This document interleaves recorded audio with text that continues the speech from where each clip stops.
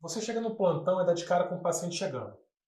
Estava preparando um churrasco, arrumou o carvão, jogou álcool, fogo e deu ruim. Acidente horrível. Chegou para você um grande queimado. Tórax anterior, braços, pescoço e face com queimaduras de segundo e terceiro graus. E aí, vai dar problema? Eu sei o que fazer. E você? Está preparado?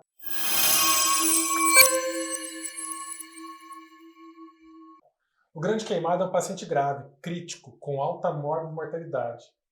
E as três principais características relacionadas ao risco de morte são idade maior de 60 anos, mais de 40% da superfície corporal queimada e lesão por inalação. Quando esses três fatores estão associados, a gente observa uma mortalidade de 90%, sendo a lesão por inalação a principal causa de morte. Além do envenenamento por monóxido de carbono, onde o O2 deve ser fornecido para manter a saturação de 90, 96, a gente tem que lembrar do edema das vias aéreas.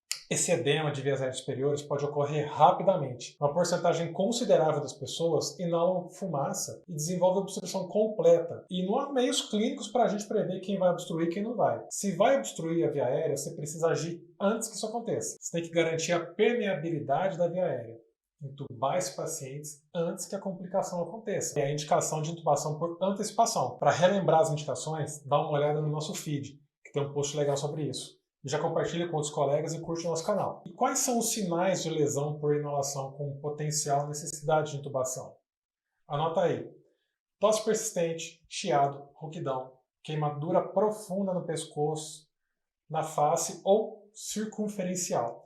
Escarro com carvão, bolhas ou edemas na orofaringe, redução do nível de consciência, desconforto respiratório, hipóxia e hipercapnia. A reposição volêmica agressiva, que é indicada no atendimento inicial do grande queimado, conforme a fórmula de Parkland, pode aumentar o edema da laringe e dificultar a intubação. Então, havendo aqueles sinais de lesão, é prudente realizar a intubação já para se realizar o transporte desse paciente para um centro especializado. Coisas importantes a ser lembradas, né?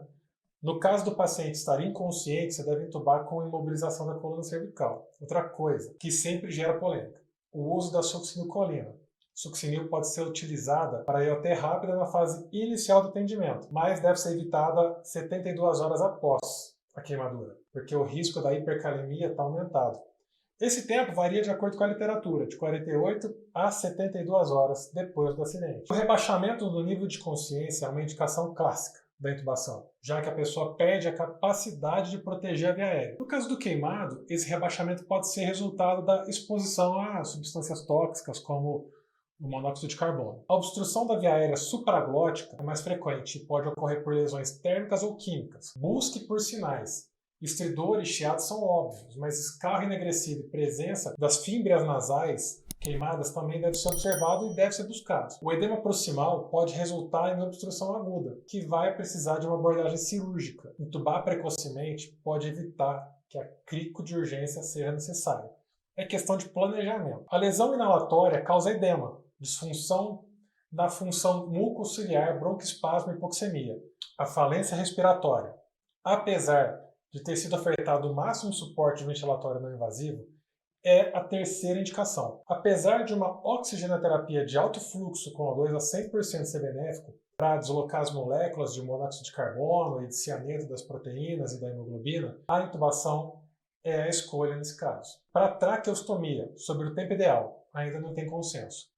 Para os pacientes intubados, o tubo deve ser deixado lá até que se resolva o edema, principalmente se tiver queimadura circunferencial do pescoço. Grandes queimaduras torácicas podem reduzir drasticamente a expansão e prejudicar a ventilação. Se isso acontecer, você deve fazer a escariotomia nas linhas axilares anteriores, fazer a incisão na linha axilar anterior dos dois lados e conectar elas com uma incisão subcostal transversa. Isso vai permitir a movimentação do tórax. Colegas, todo grande queimado deve receber inicialmente oxigênio a 100% e ser avaliado cuidadosamente em busca de sinais e sintomas de lesão por inalação. Conheça as possíveis complicações e se antecipe a elas. Esteja preparado e fica ligado. Fica ligado aqui no YouTube. Tem muita coisa boa por vir. Um abraço para todos e até a próxima.